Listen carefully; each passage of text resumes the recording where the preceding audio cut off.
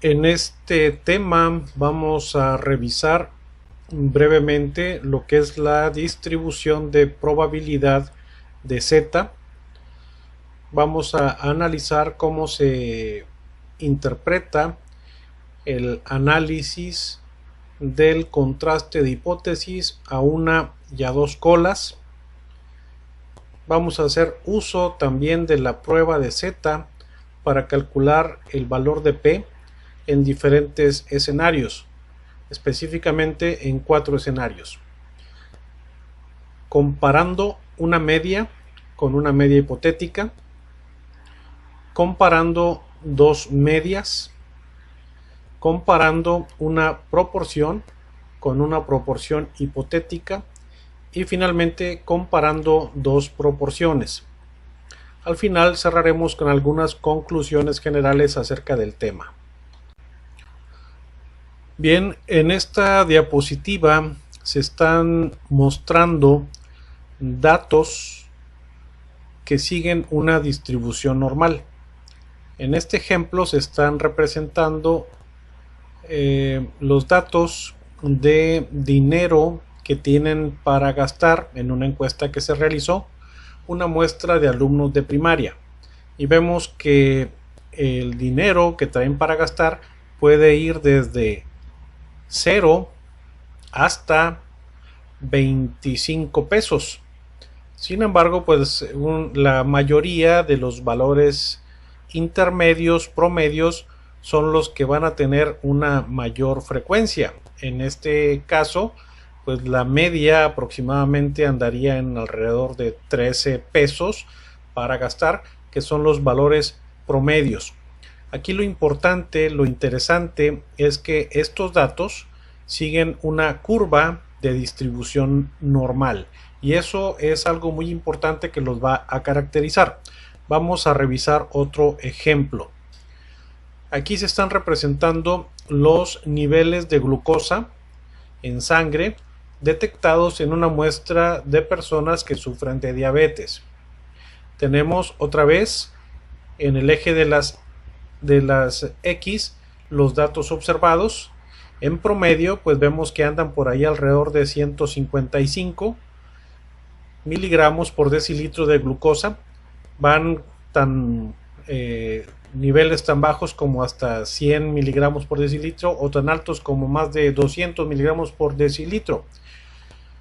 Sin embargo, pues la mayoría o con una mayor frecuencia vamos a ver que los valores se presentan hacia los datos intermedios, hacia la media, y de esta forma nuestros datos igual van a seguir una curva de distribución normal, una curva gaussiana.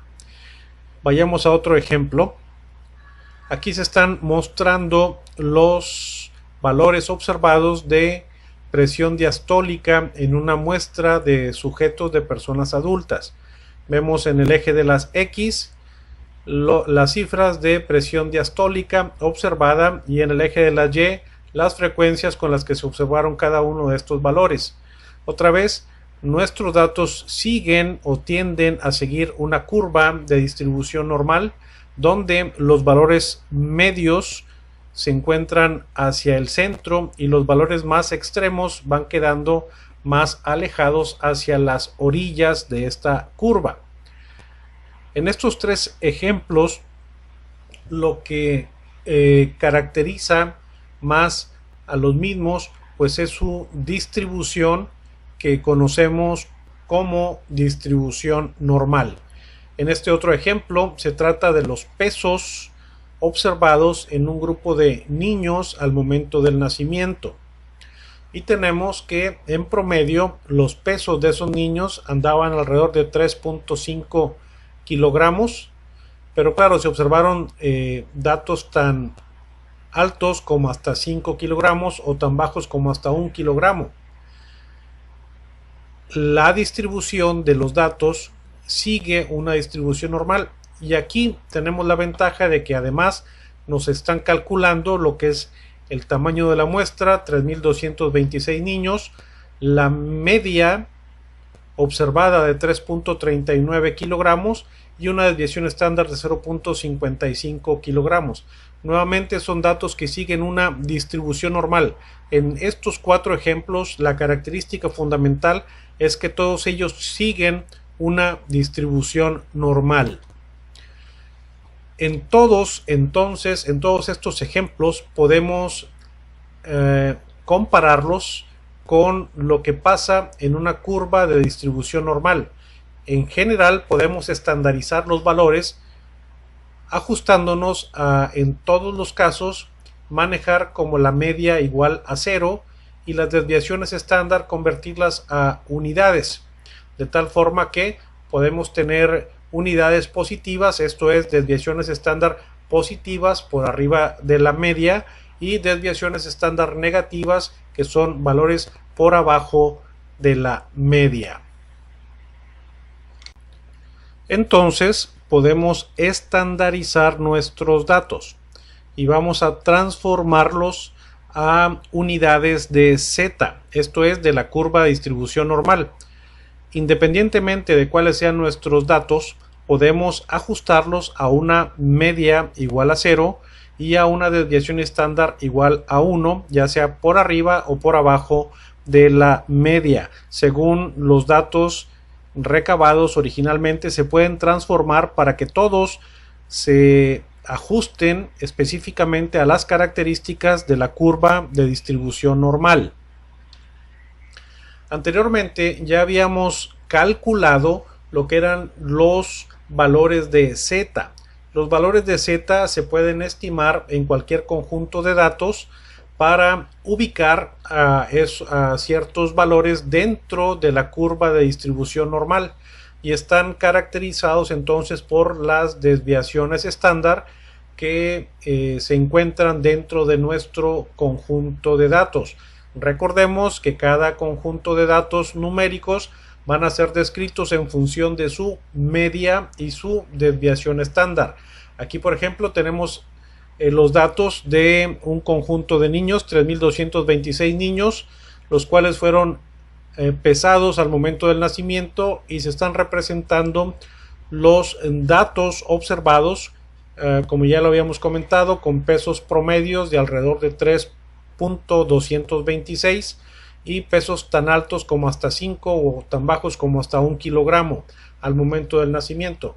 Una vez que tenemos esta distribución de nuestros datos y estos se ajustan a la curva de distribución normal, podemos ubicar cualquier valor observado dentro de esta curva. Por ejemplo, si tenemos la fórmula z igual a el valor que queremos ubicar menos la media dividido por la desviación estándar, pues de esta forma podemos ubicar cualquier valor. Por ejemplo, queremos ubicar un valor de 4.8 kilogramos en nuestra curva, lo vamos a transformar entonces en valores de z, donde z es igual a 4.8, el valor que queremos ubicar, menos la media, que en este caso fue de 3.39 kilogramos, sobre la desviación estándar, que en este caso es de 0.55 kilogramos. El valor de z observado es igual a 2.56.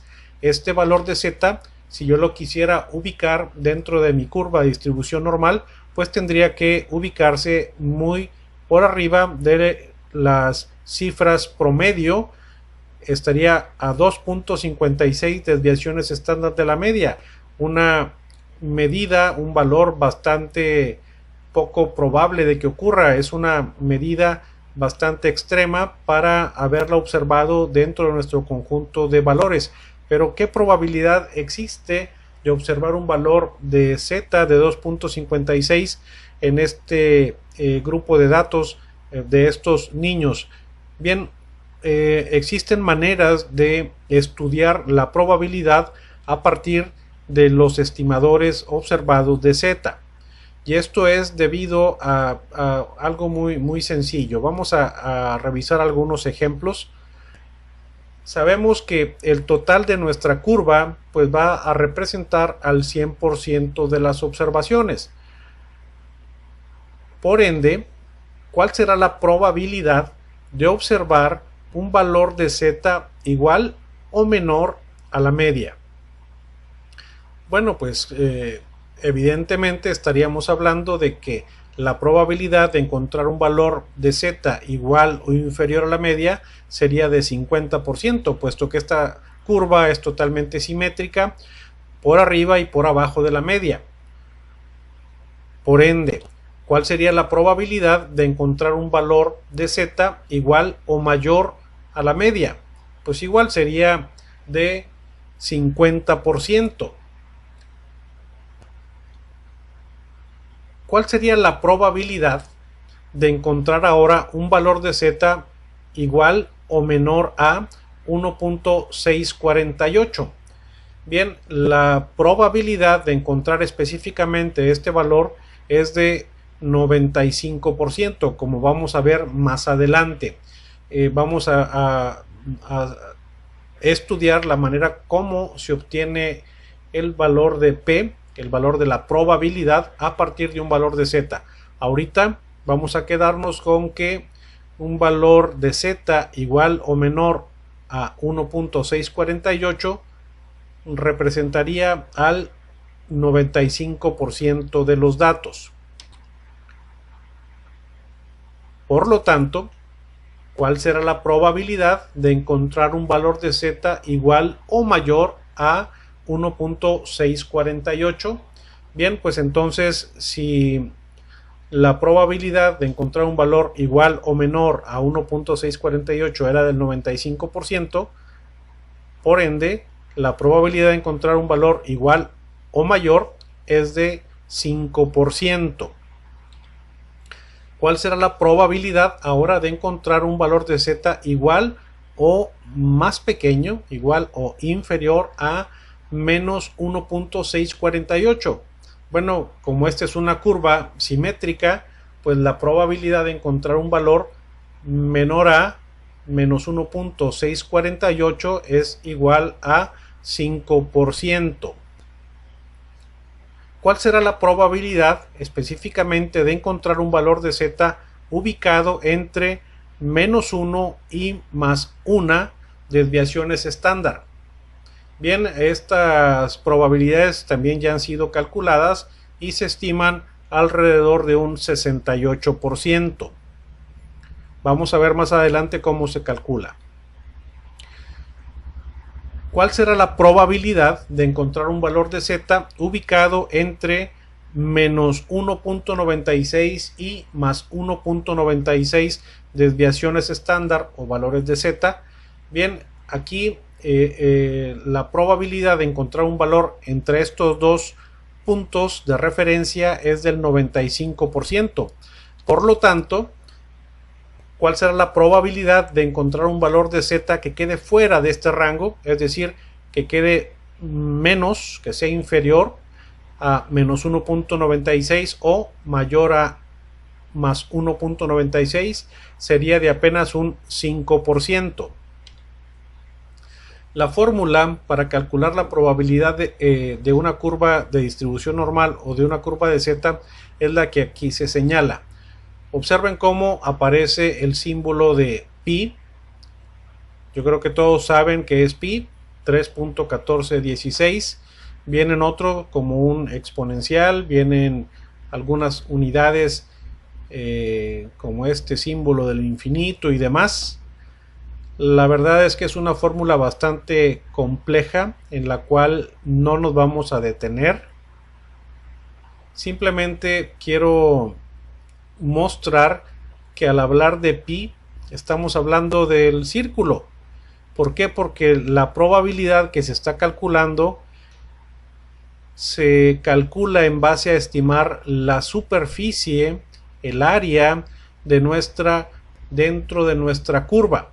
Entonces por ello se emplean algunos símbolos, ¿verdad?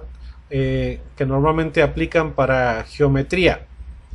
Esta es la fórmula. Afortunadamente para nosotros pues tenemos ya cálculos establecidos de las probabilidades dentro de la curva de z, como esta tabla que aquí se muestra, donde se están mostrando los valores de z igual o menor a un valor de z cualquiera. Vamos a suponer uno de los ejemplos que vimos anteriormente.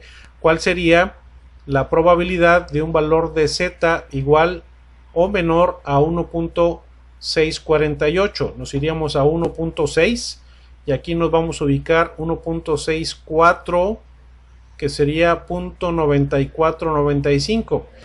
1.648 ya no vamos a poder ubicar el 0.008 porque ya no aparece en nuestra tabla, pero pues sí podemos observar que la probabilidad de haber observado ese valor de 1.64 pues es de 0.95. Esto es 95% prácticamente, uno de los datos que ya habíamos comentado anteriormente.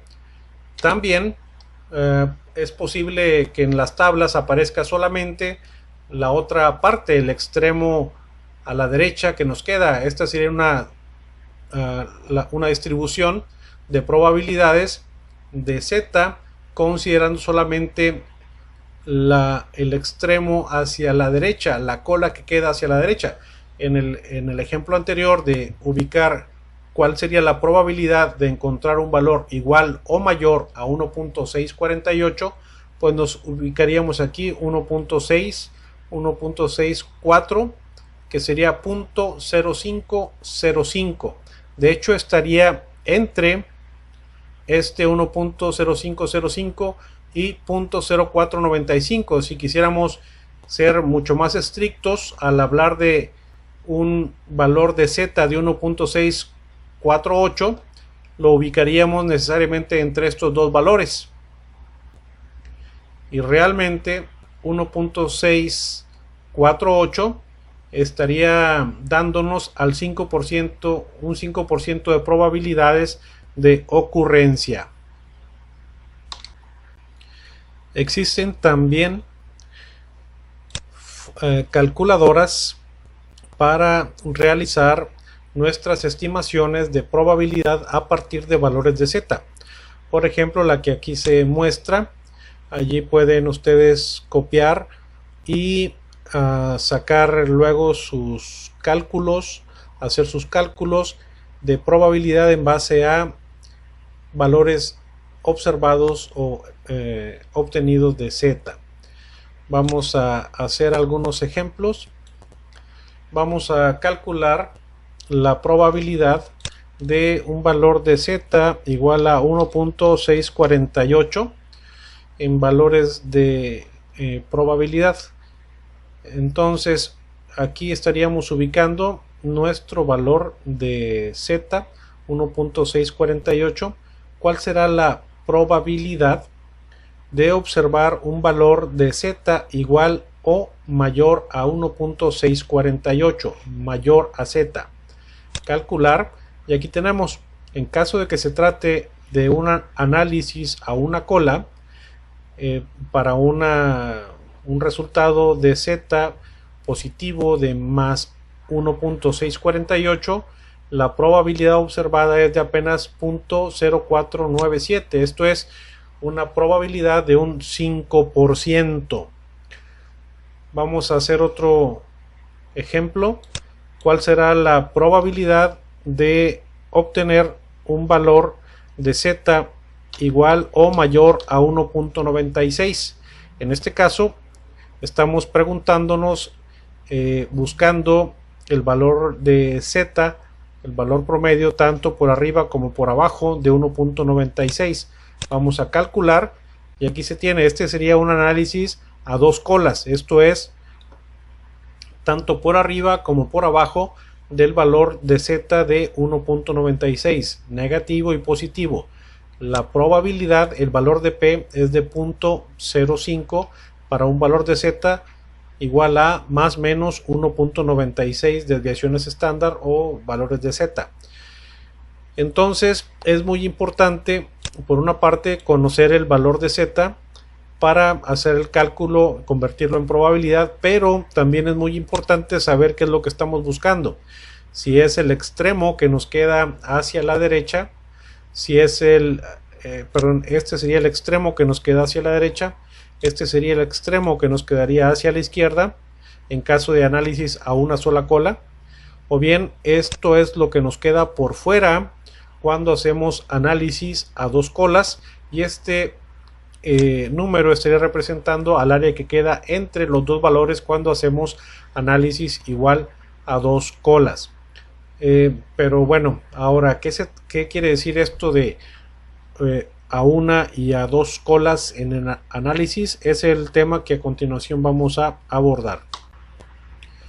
Bien, aquí está la dirección donde pueden ustedes encontrar una de estas calculadoras, la que acabamos de utilizar en el ejercicio, aunque existen otras direcciones donde también pueden ustedes hallar calculadoras para estimar la probabilidad a partir de los valores de Z. Bien, ahora vamos a entrar sobre lo que es el análisis a una y a dos colas cuando aplicamos la prueba de Z. Esto tiene que ver con hacia dónde vamos a buscar la diferencia que en un momento dado pretendemos demostrar al hacer el análisis. Por ejemplo, vamos a suponer que estamos tratando de comparar la dieta A contra la dieta B en la pérdida de peso que tienen los pacientes una vez que reciben un tratamiento a base de la dieta A y el tratamiento a base de la dieta B. El contraste de hipótesis que podemos hacer puede ser a una cola hacia la derecha, a una cola hacia la izquierda o bien un análisis a dos colas. ¿Qué quiere decir cada uno de estos ejemplos? Bueno, depende fundamentalmente de lo que queremos demostrar. Podemos demostrar que la dieta A es superior a la dieta B. Este sería un análisis a la derecha. Podemos demostrar, o quisiéramos quizás demostrar, que la dieta A en realidad es inferior a la dieta B. Este sería un análisis a la izquierda. O simplemente queremos demostrar que la dieta A y la dieta B son distintas entre sí. Este sería un análisis a dos colas. Vamos a especificarlo de una manera más completa. Comparando la dieta A y la dieta B a una cola a la derecha. Esto quiere decir que nuestra hipótesis alterna, la hipótesis de trabajo, la que queremos demostrar, es que la dieta A es superior, produce una mayor pérdida de peso comparativamente con la dieta B. Por lo tanto, el análisis lo vamos a hacer solamente hacia la derecha, donde están los valores de Z positivos, que son mucho mayores a lo que es la media o los valores promedios. La hipótesis alterna va a buscar la diferencia en el sentido positivo de que la dieta A produce una mayor pérdida de peso comparativamente con la dieta B. En este ejemplo, la hipótesis nula sería exactamente lo contrario más la igualdad. Esto es, la dieta A produce una pérdida de peso igual o menor a la dieta B. En el segundo ejemplo que mencionábamos, tratábamos de introducir el análisis también a una cola, pero solamente hacia la izquierda. En este ejemplo, la hipótesis que queremos demostrar, la hipótesis alterna, es de que la dieta A en realidad produce una menor pérdida de peso que la dieta B. Por lo tanto, el análisis lo vamos a encaminar solamente a los números negativos hacia el lado izquierdo de nuestra curva, hacia los valores de Z que son menores que la media, esto es menor a 0. Vamos a encaminar nuestro análisis a los valores de Z negativos. La hipótesis nula en este ejemplo pues sería lo contrario de la hipótesis alterna más la igualdad. Esto es, la dieta A produce una pérdida de peso igual o mayor a la dieta B. Finalmente, el último de los ejemplos incluye el análisis a dos colas. Esto es cuando lo que queremos demostrar es que simplemente la dieta A es diferente a la dieta B. No estamos mencionando si es mejor que o es peor que, simplemente que son diferentes entre sí. Para ello, el análisis va a quedar abierto tanto a detectar si es mayor que, como abierto a detectar si es menor que. Por lo tanto, el análisis va a tener que ser a dos colas. En este ejemplo, la hipótesis nula que nos se va a requerir es de que la dieta A produce igual pérdida de peso que la dieta B, que en realidad son iguales. La hipótesis alterna nos dice que son diferentes. Veamos otro ejemplo donde estamos comparando la proporción de hombres que fuman contra la proporción de mujeres que fuman. Nuestras hipótesis que pudiéramos plantear pueden ser tres, ya sea a una cola a la derecha, esto es, que los hombres fuman más que las mujeres, la proporción de hombres que fuman es mayor a la proporción de mujeres que fuman. Puede ser a una sola cola también, pero a la izquierda, esto es, considerando que la proporción de hombres que fuman en realidad es menor a la proporción de mujeres que fuman. O bien dejar el análisis abierto a dos colas, esto es, pensando que simplemente la proporción de hombres que fuman es diferente a la proporción de mujeres que fuman, sin especificar si es mayor que o menor que en el análisis. Bien, veamos elementos un poco más concretos con este mismo ejemplo. El análisis a una sola cola a la derecha. En el ejemplo de la proporción de hombres y mujeres que fuman. La hipótesis de trabajo, lo que queremos demostrar en el primer caso es de que la proporción de hombres es mayor, de hombres que fuman, es mayor a la proporción de mujeres que fuman. En este ejemplo, otra vez, el análisis sería a una sola cola a la derecha de nuestros datos. Allá es hacia donde vamos a buscar el valor de P. La hipótesis nula, en este mismo ejemplo, es de que la proporción de hombres que fuman es igual o menor a la proporción de mujeres que fuman. El segundo ejemplo es de igual a una sola cola, pero hacia la izquierda. Sería la hipótesis de trabajo, la hipótesis alterna que queremos demostrar es de que la proporción de hombres que fuman es menor a la proporción de mujeres que fuman. Estaríamos tratando de ubicar nuestro valor de P hacia la izquierda, hacia valores más bajos de nuestra tabla de Z, puesto que pensamos que es menor que la proporción de hombres que la de mujeres.